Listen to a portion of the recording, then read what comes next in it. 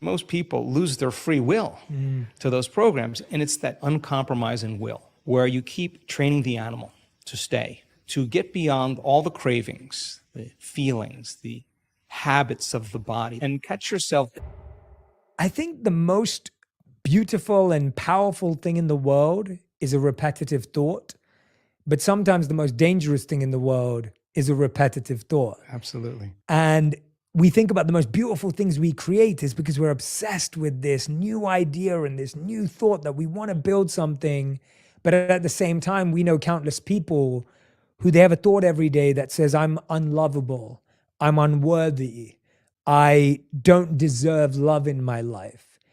If someone's having a negative, repetitive thought, specifically around self-worth, what they believe they deserve in love, where do they start with that thought?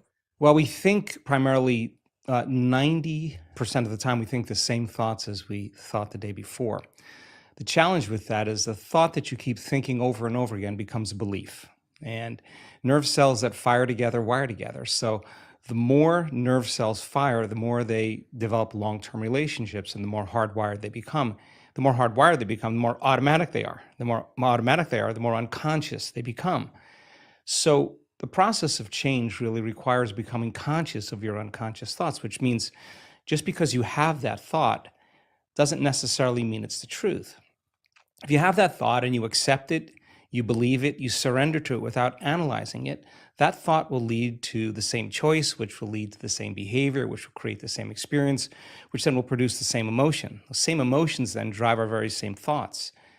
In time, our biology, our neurocircuitry, our neurochemistry, our hormones, and even our gene expression stays the same because we're the same.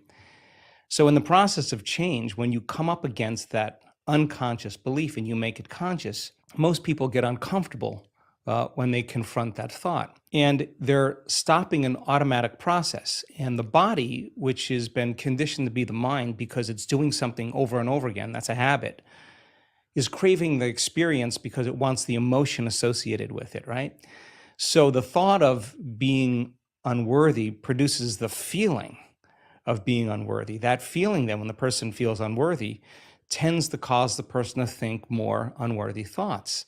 It only takes a thought and a feeling, an image of yourself and an emotion, a stimulus and response, and you can condition the body to memorize that behavior and that emotional state better than the conscious mind. So the moment we inhibit that thought, or the moment we become conscious of it and we no longer accept it, there's a biological craving that takes place in the body because the body has been conditioned to be the mind. So the body starts influencing the mind to think more corresponding thoughts equal to that feeling. So here comes the assault. Now, you're not only unworthy, you're everything else that goes along with that feeling. And this is where people have to make up their mind if they truly want to change. Because if you decide to confront that thought and make a different choice, get ready because you're going to feel uncomfortable. It's going to feel unfamiliar. And there's going to be some uncertainty because you're stepping out of familiar territory. You're stepping out of the known and you're stepping into the unknown. Now, this is really when you leave the bleachers and you get on the playing field because the brain immediately looks around in its environment to see if anything's changing because you're changing. And you see that nothing in your world is changing because you actually haven't fully changed yet. So the moment we look for evidence in our life and we don't see it, sooner or later, most people accept that thought, which leads to the same choice, which creates the same behavior, which creates the same experience, that produces the same feeling. Then they say, oh, this feels right to me. No, that feels familiar because you've just returned back to the known self. I think that when people truly want to make up their mind to change and they become so conscious of those unconscious thoughts, they would never go unconscious to them again. That's the moment the body is being reconditioned to a new mind. If you inhibit that choice, that leads to that habit or that behavior. A habit is when you've done something so many times, the body knows how to do it better than the brain. Now you're stopping the body from being on its automation, on autopilot. And if the body's craving the feeling of unworthiness and you're stopping the body from feeling that way, and you're aware in your life how you speak, you're aware in your life how you're feeling, And you're checking in, you're saying, do I really want to feel this way? This is that river of change where you're going from the old self to the new self. So it makes sense then. If those principles in biology work in that way, they could actually work in our favor. So if you said, okay, I'm going to sit down for a few minutes, I'm going to become so conscious of my unconscious self, my unconscious personality, that victory today would not be going unconscious to those thoughts, behaviors, and emotions. Okay, let me get so familiar with them that I don't go unconscious. Okay, I got that down. Now, what thoughts do I want to fire and wire in my brain? And if a belief is a thought that you keep thinking over and over again, with intention and with attention, you'll switch on that prefrontal cortex and assign meaning to the act and start installing new circuits in your brain. If you keep doing it over and over again, it becomes more hardwired, it becomes more automatic. And now you're installing a new belief that you are worthy of love, you are worthy of abundance, you are worthy to heal, whatever that is. That's the thought you do want to believe in. And when it matters the most is when it's the hardest. Because if you don't have the circuitry in place, you'll default back to the old programs, right? So then if you said, how am I going to be in my Zoom calls today? How am I going to be in traffic today? How am I going to be with my ex, my coworkers? And you started thinking about and rehearsing how you were going to act in certain situations. The brain actually doesn't know the difference between the real life experience and what you're imagining. The research on mental rehearsal shows that the brain will look like in time that it's already had the experience and it's vacant of the experience. Now, keep firing and wiring those circuits and you're going to begin to behave that way. So now you're installing circuitry now to use in your life to get your behaviors to match your intentions. If you said, how would it feel to feel worthy of love? How would it feel to be grateful for life? How would it feel to be worthy of abundance?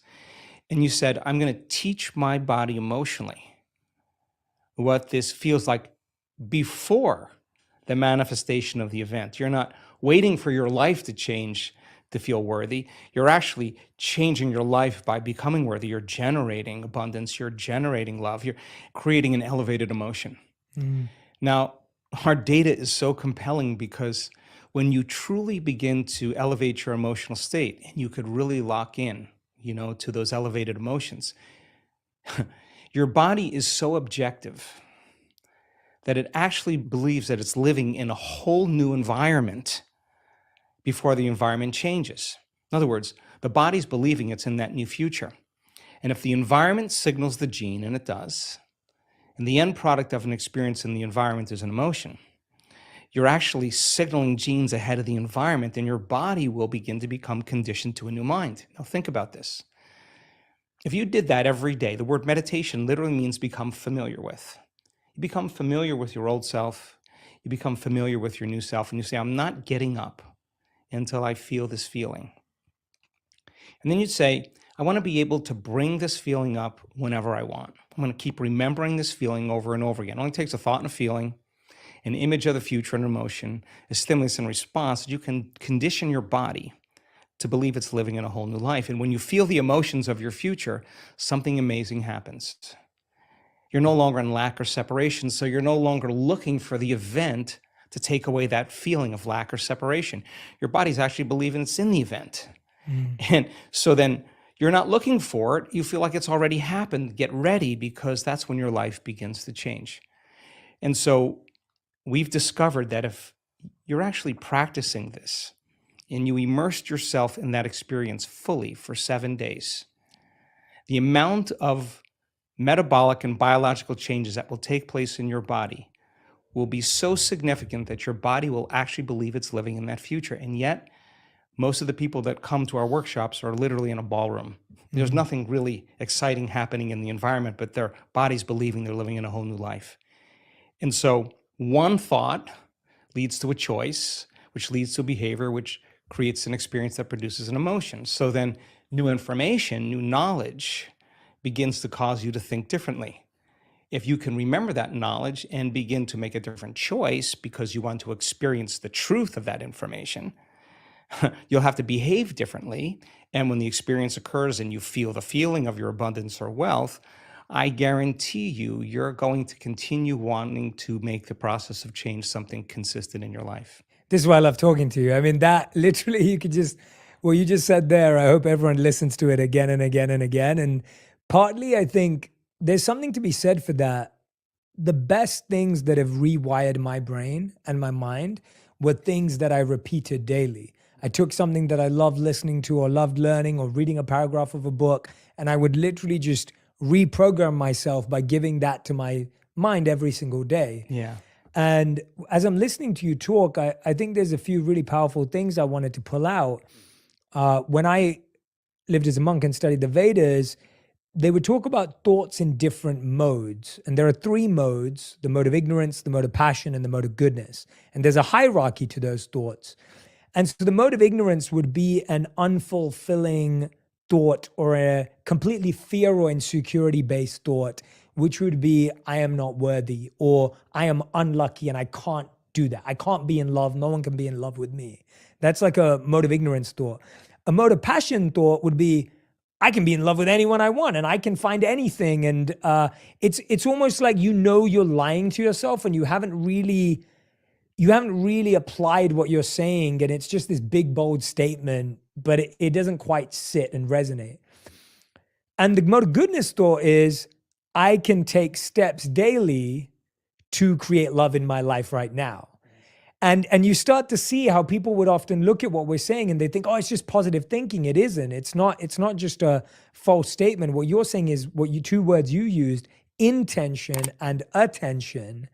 You're actually being conscious about where that intention and the attention is being placed. You're intending that if I do something every day and I place my attention on X, Y, Z, then I can create this new reality for myself.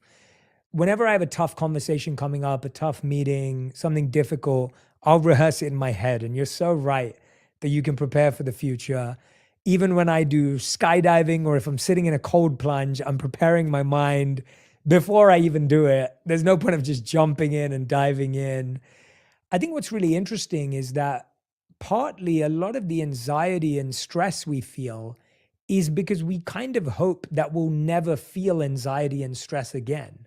So there's a sense of like, okay, I can get to a place where I never experience anxiety. I almost think that sets us up to be more hurt by the anxiety and inevitable uncertainty we'll feel. I would love to hear your thoughts. Gosh, I would love to respond to this. I got three thoughts going on at the same time. Do it. So to fulfill the first part of that question, it's an experiment, right? It's an experiment. Life is an experiment. So if your personality creates your personal reality, and your personality is made up of how you think, how you act, and how you feel. If you keep thinking the same way, you keep acting the same way, you keep feeling the same way, your life is going to stay the same because you're the same. So the experiment is, okay, let me begin to think differently. So I got to remind myself how I do want to think, and I have to remind myself of how I no longer want to think, so I don't default and go unconscious.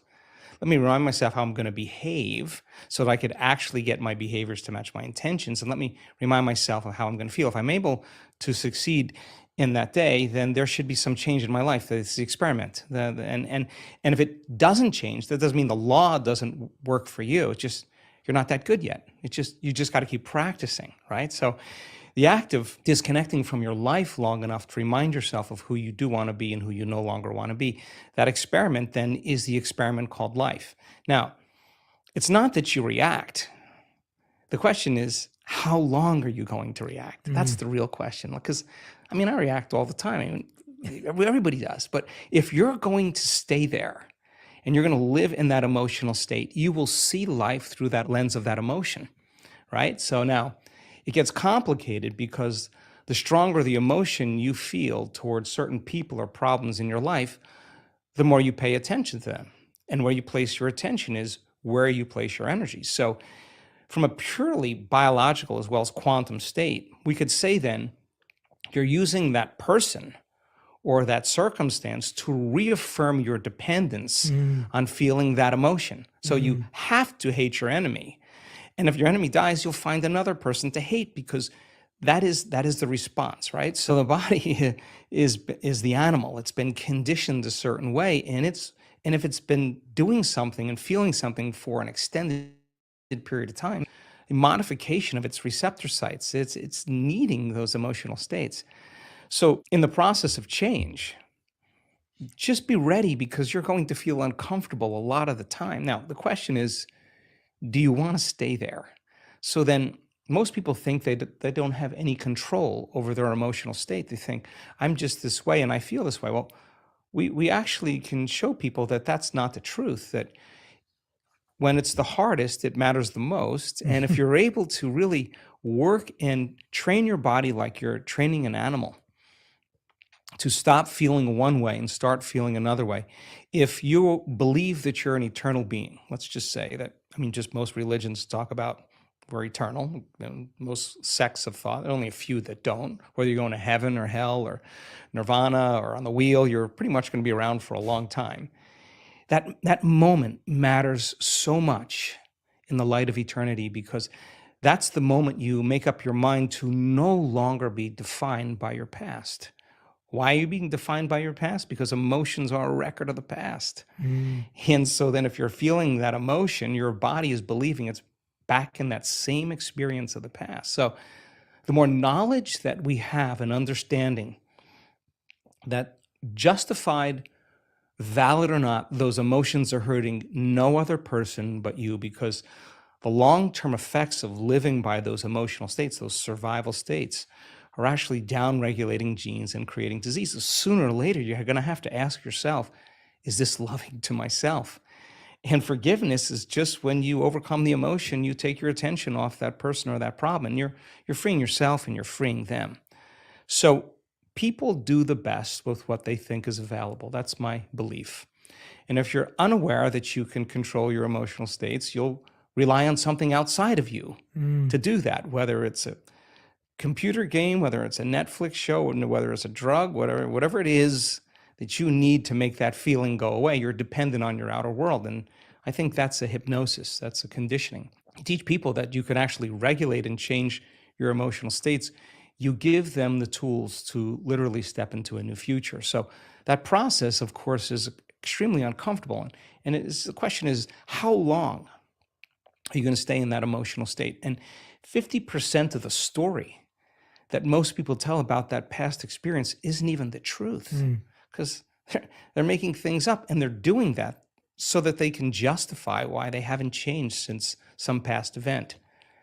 Most people reach a point in their life where they reach crisis or disease or diagnosis or loss or betrayal, where they finally go, gosh, it's time to change. I think change is an ongoing process, and the more we change, the more we should see evidence in our life. That makes it exciting. Yeah, and I think you're right that I've thought about this for a while, that I feel most people know that they want to change, and most people know what they want to change, but they still struggle to make a change. And so I found that we don't often have a values crisis, we have a habits crisis, because people don't know how to reprogram their habits, and they've started to assume that the way they feel is who they are. And I wonder how you think about this, because I think we're living at a time where what you just said is like, you either kind of find a way to numb your feelings, so you're turning towards something external to numb how you feel, or today we're being told, well, feel every feeling and emotion completely. And then often we don't kind of get to the reprogramming phase. So I guess, how do you know how long to take a feeling seriously, effectively, and assessing it before you kind of take action on it?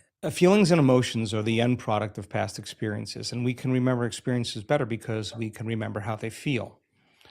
The stronger the emotion we have to some experience in our life, the more altered we are inside of us. The more the brain freezes a frame and takes a snapshot, and that's called a long-term memory. That image is being bossed neurologically in the brain.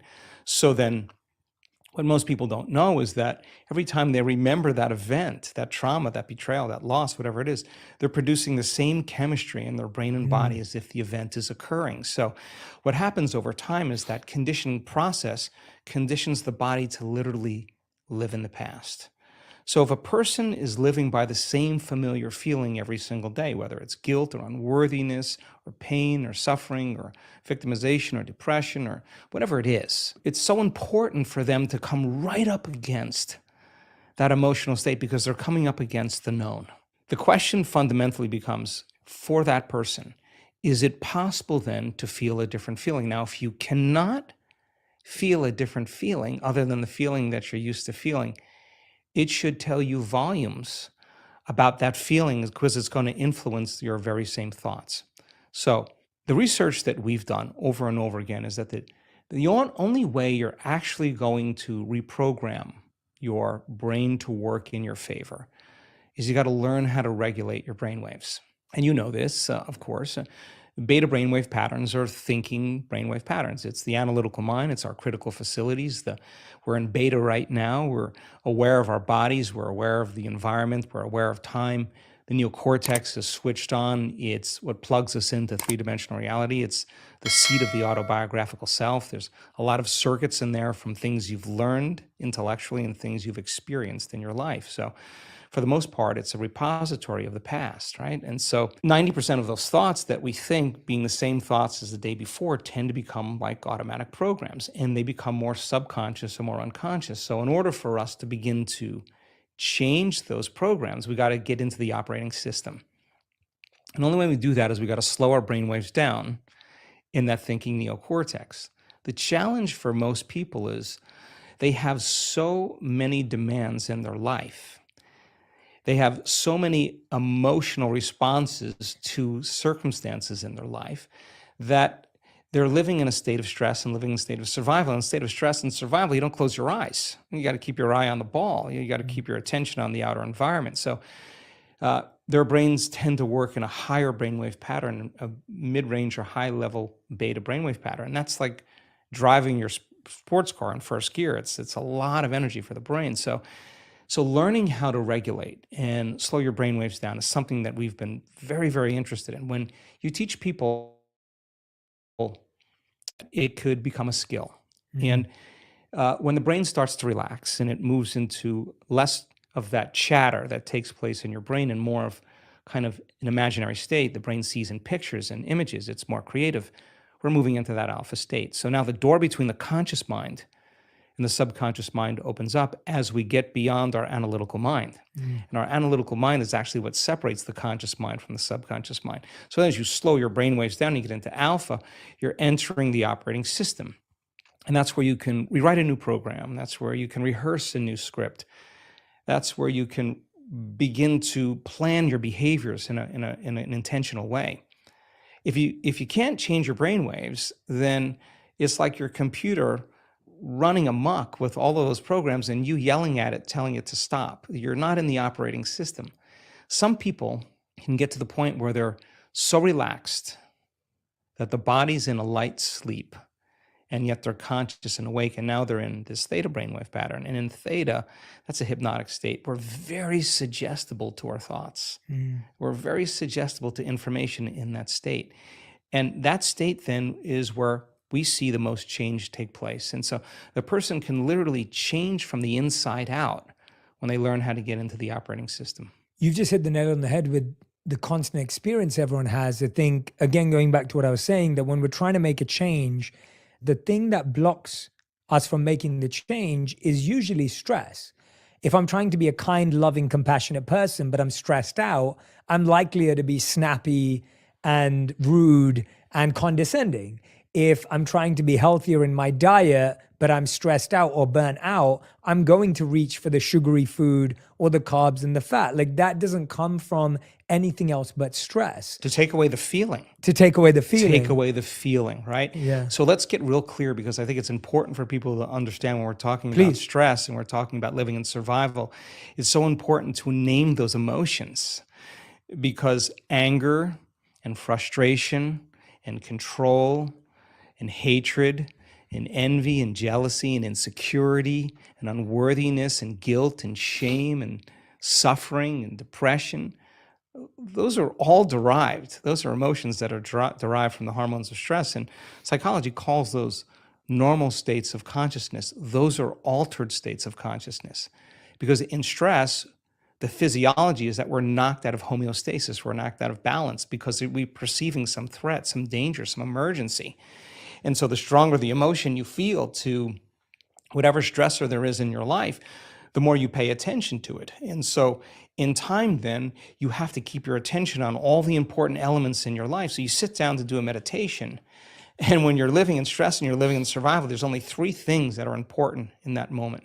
Your attention is on your body because you got to preserve it. Your attention is on something in your environment. And what's in your environment? People, objects, things, places. And you're very preoccupied with time. And when you're in stress and you're in survival, the brain goes onto a default mode and it's naturally trying to predict the next moment based on what it's learned in the past. And so as you always try to forecast the future based on your memory of the past, you can't be in the present moment, right? So, and yet our model of change, what we discovered is that the only way a person can change is when they get beyond their body, they get beyond all the elements of their environment, and they get beyond that predictable future and familiar past, and they sink into the present moment, which is the unknown. So if you can't do that because of the hormones of stress, most people will sit down and they'll say, okay, I'm going to close my eyes. I'm going to start this process where I'm going to rehearse how I'm going to be today. And they start thinking about their cell phone. They start thinking about all their emails. And they start thinking, I can't meditate. There's something wrong with me. It's my mother's fault. And they actually believe that thought to be the truth. And then they get up and they actually reaffirm it and they say, I can't meditate. Now, I can tell you that if you are willing to see that thought as just a thought in your brain and you're curious what's on the other side of that thought, yeah, you're going to feel uncomfortable. But if you had some tools and skills to apply and you were able to take your attention off your cell phone and settle your body back down into the present moment, that would be a victory. And then your body would say, come on, you got to feel a little frustration now. You got to be impatient. You got to be judgmental. Come on, that's what you always think. That's how you always feel. And you, like an animal, you settle the body back down into the present moment and you tell it it's no longer the mind, that you're the mind. That's a victory. Then the body says, hey, dude, you're super busy. You got a lot of things to do. You got a lot of people to see. You got a lot of places to go. You got a lot of things to do. And you've been doing this every day. Your body's going to want to get up and you're going to want to quit because your brain's telling you that you can't do this.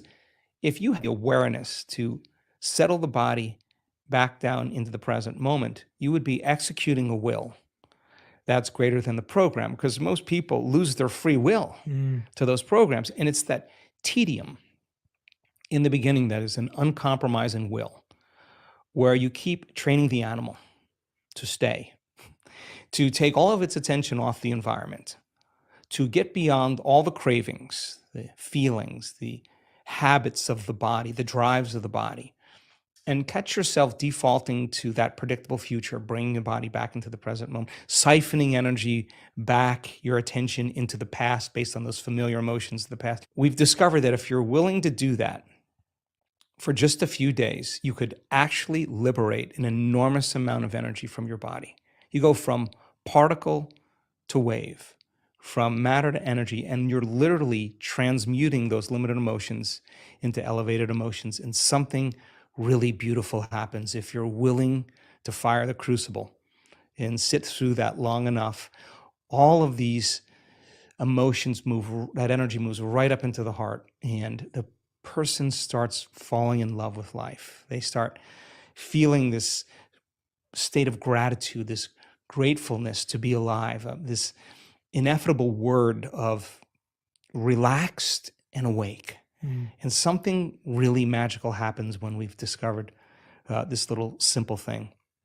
When that energy makes it to the heart, there's only one place it wants to go, and it goes straight to the brain. So the person starts relaxing into their heart when they feel this feeling, and the more they relax into the heart, the more their brain all of a sudden starts becoming aroused. And they start going into these elevated gamma brainwave patterns. Now, gamma is not unconscious. Gamma is actually super conscious. It's actually super aware. You're outside the program now. So when that occurs and the brain goes into gamma brainwave patterns, what we discovered is it's not a little gamma. It's not a lot of gamma. It's not a whole lot of gamma. It's a supernatural amount of gamma. And we start seeing these brainwaves where we see theta start carrying alpha, and alpha starts resonating with beta, and beta starts creating high beta, and high beta starts creating gamma. And you see these standing waves of brain coherence happening. And the person feels so amazing that they don't want the moment to end. And so we see when they put their attention on their heart, like filling a gas tank, we see on the gauge of on the scan, this very low frequency start rising in the heart. The energy that's the heart uses to function actually goes up because they're placing their attention there. And where they place their attention is where they place their energy. And then you see the parasympathetic nervous system come up with it. That's the nervous system of relaxation. And then we see it kind of drop. And we see the sympathetic nervous system starting to go up. And now sympathetic regulation is an arousal, right? But the arousal isn't fear. The arousal isn't hatred or aggression. The arousal isn't pain. That's the arousal created from survival. There's only one other arousal, and that's ecstasy. That's bliss. And the person all of a sudden feels connected to something greater. Now, here's the beauty. We could see people do this in 15 minutes. The most important takeaway around all of this is that feeling that they're feeling is not coming from anywhere outside of them. No person's doing that. No wardrobe change is doing that. No sports car, no football game. Nothing is doing it to them. It's actually coming from within. That is the moment they stop looking for it outside of them, and the love affair begins. And so when we start feeling these elevated emotions, these more selfless emotions, it's not like you have to try to forgive. It actually is the side effect of you changing your emotional state. You no longer want, because you feel so whole. How could you want anything? So we started interviewing people when they had these moments, and they had such an incredible amount of love that they felt. We measured their oxytocin levels, their love chemicals are very elevated. The amount of gamma in terms of coherence was 200, 300, 400 standard deviations outside of normal in coherent gamma. Now, 3 standard deviations outside of normal in gamma is about 2% of the population. 200, 300, 400, a lot of energy in the brain. So the brain all of a sudden is receiving an enormous amount of energy. So we've discovered relaxed in the heart and awaken the brain. And that process of transformation is your willingness to sit past that thought, past that emotion, and keep training the animal. And sooner or later, you can recondition it to a new mind. And the system for this new mind and this journey that you're talking about is meditation. Like, this is coming through a meditative practice.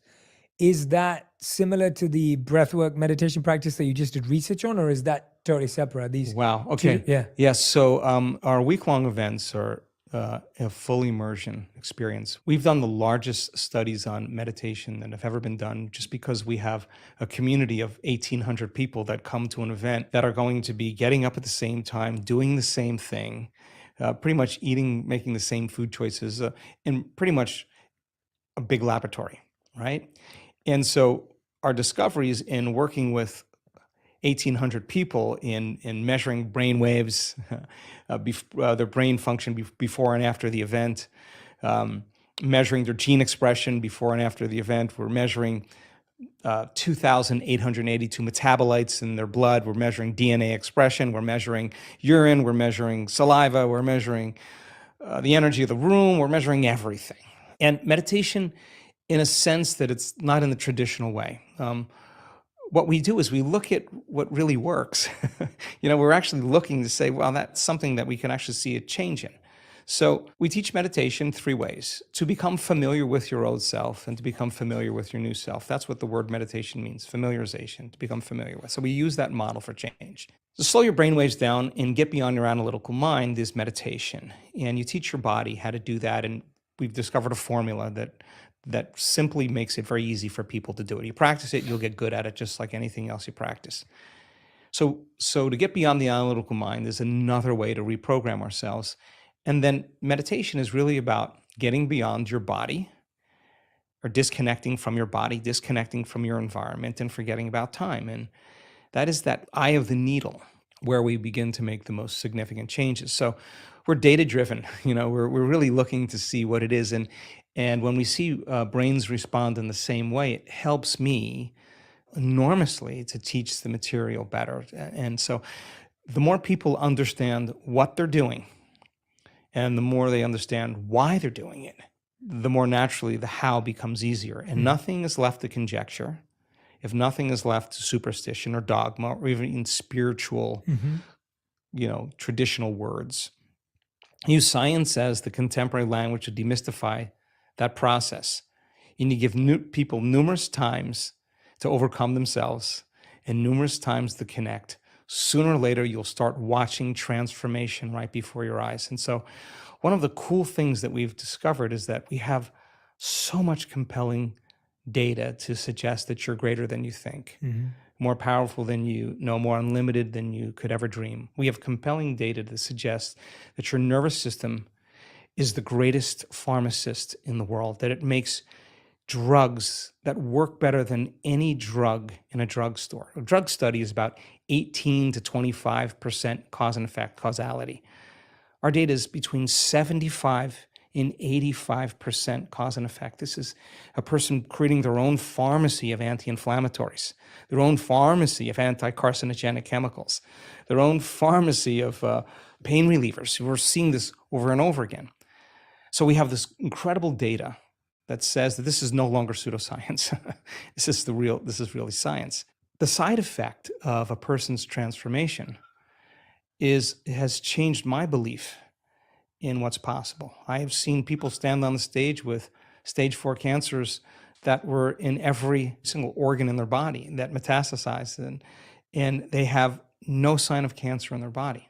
And we have data that suggests that you put the blood of an advanced meditator and a uterine cancer cell, a pancreatic cancer cell, 70% of the mitochondrial function in the cancer cell is diminished. And the mitochondria is the energy packets of the cell. It's taking energy out of the cancer cell. It works perfect with what we're seeing with the testimonials that people are telling around the world. We've seen blind people see, we've seen deaf people hear, we've seen people with spinal cord injuries walk again, we've seen ALS change, we've seen all kinds of unbelievable health conditions changed by a person simply changing the way they think, the way they act, and the way they feel. How long have you seen certain things last? Like, how much does the practice have to continue daily to sustain impact? Because I feel that, this isn't, as you know, isn't a one-off thing, and that isn't what you're encouraging. Like, this is the experience of when someone's coming to a retreat or an event, they're having this incredible experience, but then do you measure how people continue to practice? Yeah, it's important. Yeah, it's super important for us. And of course, we have mounds of data, but let's see if I can say this as clear as I possibly can. When a person has that arousal, where they're feeling that elevated emotion, and their eyes are closed, they're in a room with 1,800 people. There's music playing in the background. They're not eating, they're not smelling, they're not tasting, they're not moving about and feeling. On some level, they're having an inner experience, right?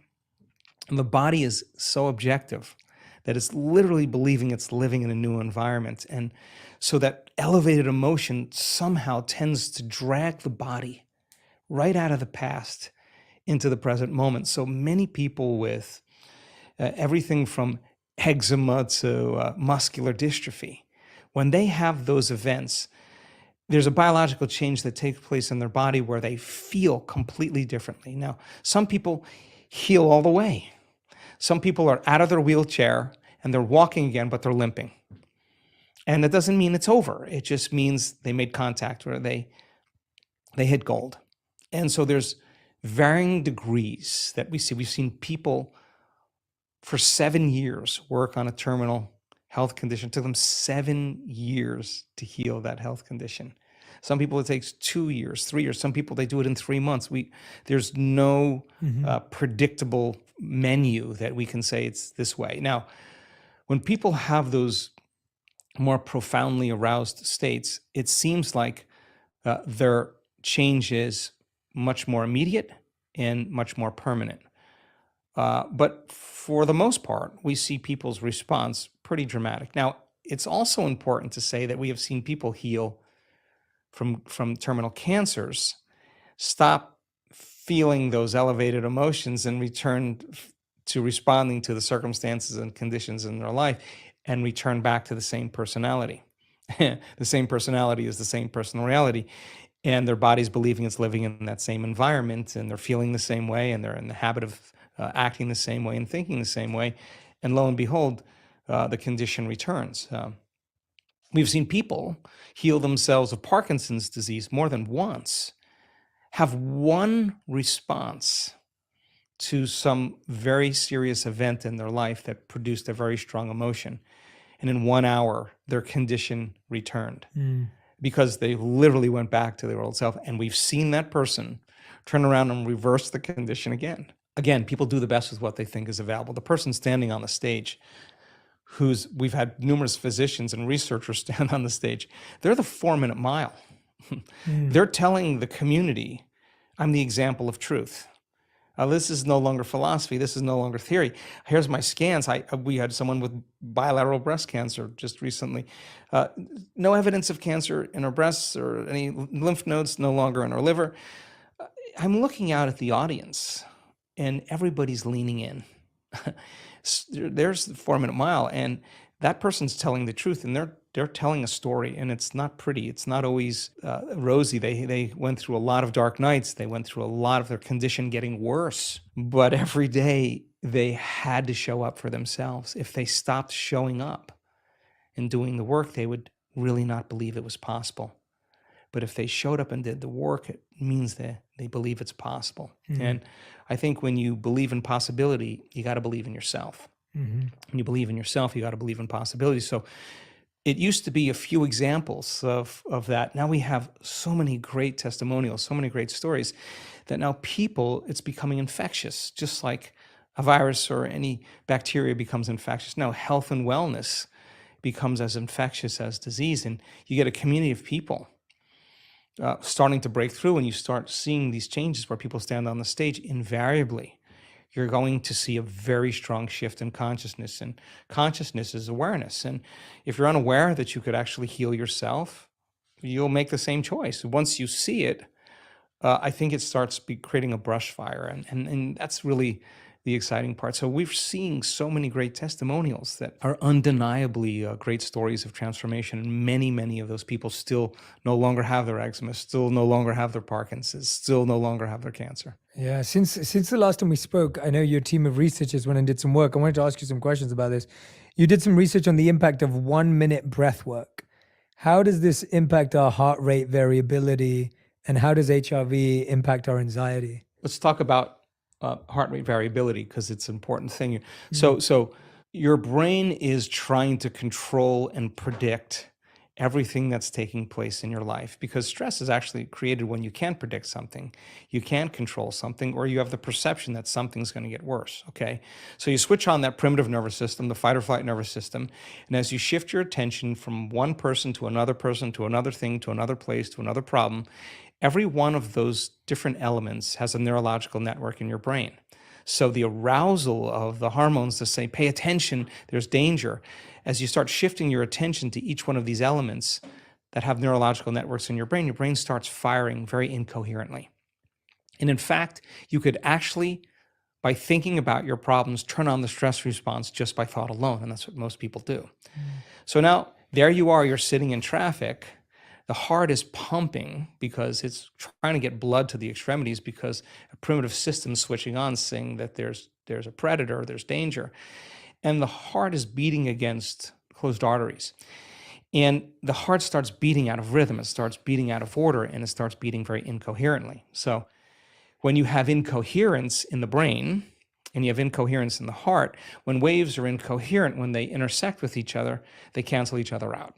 And when they cancel each other out, that's less energy in the brain. If there's less energy in the brain, you're going to default to some of those reflexive systems. If energy is diminished in the heart, you're not going to trust. You're not going to be vulnerable. You're not going to want to commune. You're not going to want to connect. You're not going to want to feel grateful. It's not a time to feel any of those things. It's time to run, fight, and hide. Okay, so most people say, okay, well, I had a stressful day. I was stressed out the entire day. And at the end of the day, they turn on the TV and they relax.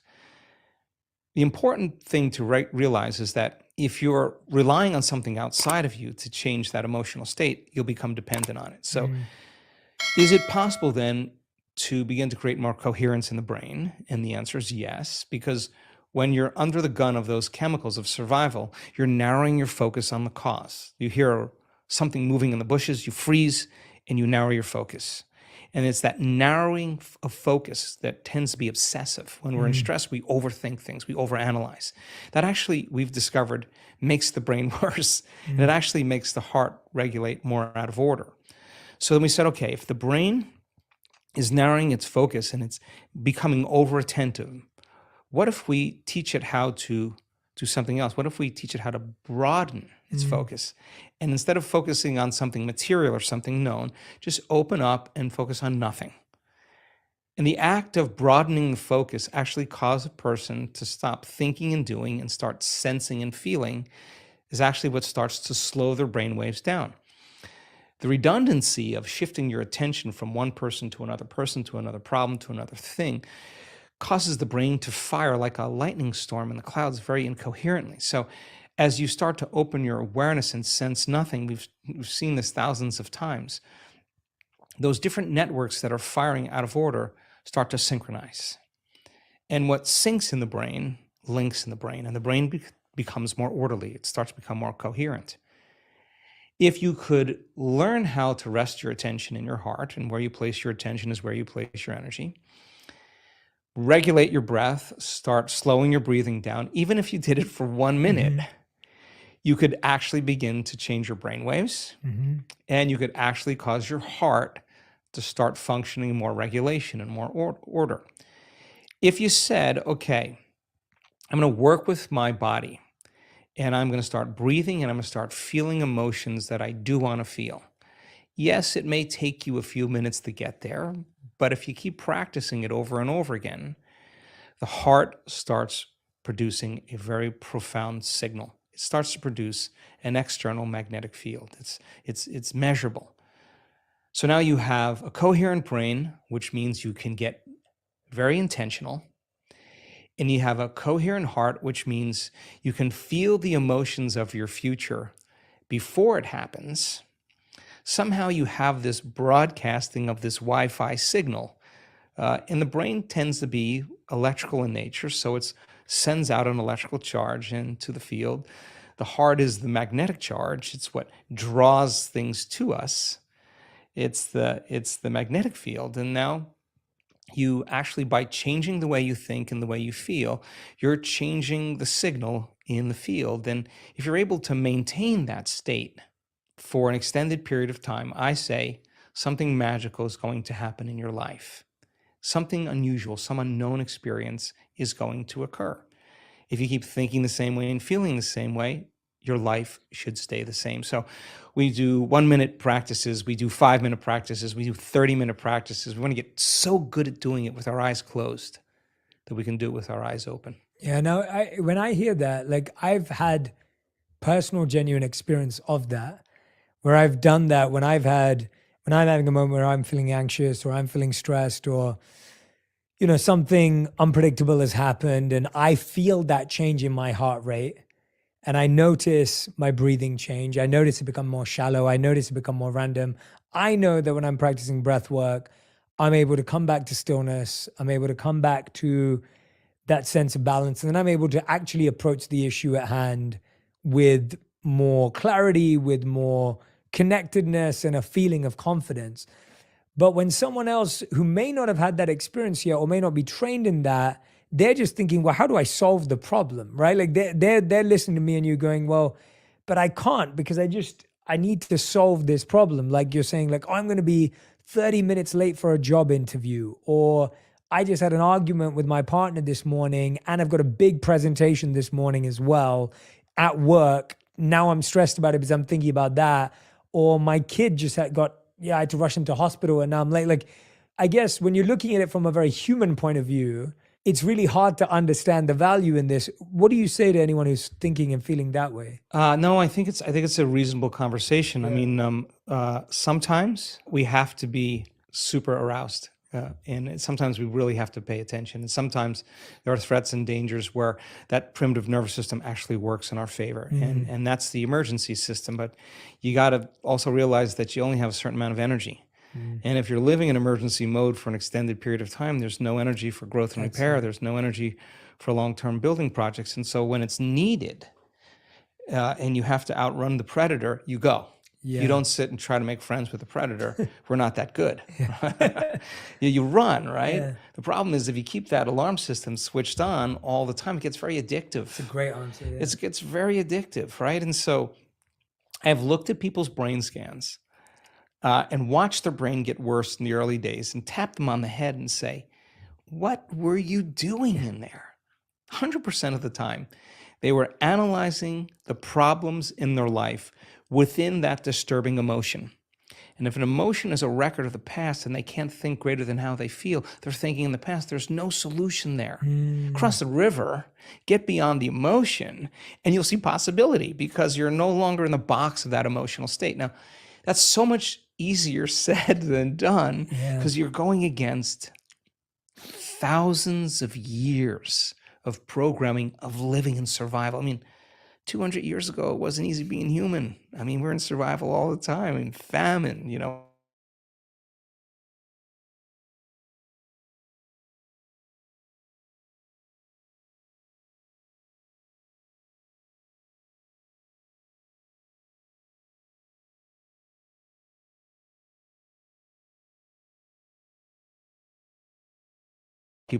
Things. So you really have two ways to look at it. If you're living in stress and you're living in survival, and that system is switched on, then everything will be a threat.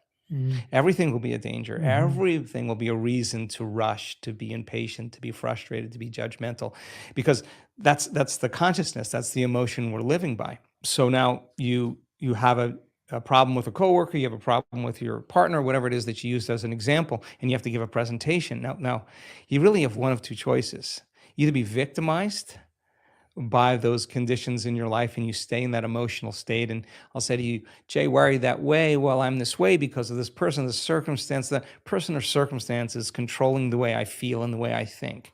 Anything that controls the way I feel and the way I think, I'm victim to, right? Okay. Or I actually can be a creator now. Okay. So when it's the hardest